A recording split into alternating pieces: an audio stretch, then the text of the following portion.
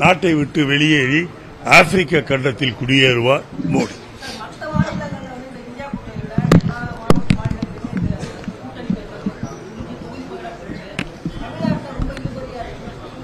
நான் ஏற்கனவே சொன்னபடி எங்களை பொறுத்தவரையில் கடந்த 5 தேர்தல்களை திராவிட முன்னேற்ற கழக கூட்டணியிலிருந்து நாங்கள் சந்தித்துக் கொண்டிருக்கின்றோம்.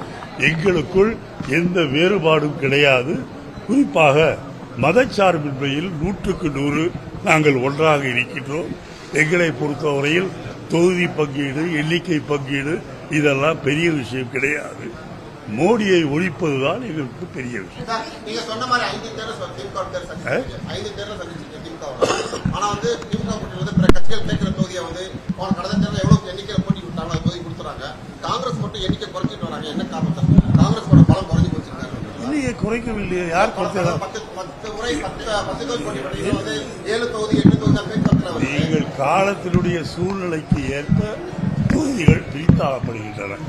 ஏனென்றால் உண்மையாலுமே காமராஜருடைய காலத்தில் இருந்த காங்கிரஸ் இப்போது கிடையாது. அதை நான் ஏற்றுக்கொள்கின்றேன்.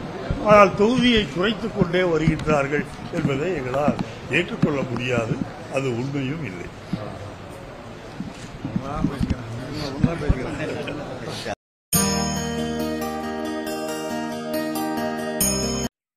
கூகுள் தமிழ் நியூஸ் சேனலை லைக் பண்ணுங்க, கமெண்ட் பண்ணுங்க, ஷேர் பண்ணுங்க, மறக்காம சப்ஸ்கிரைப் பண்ணுங்க.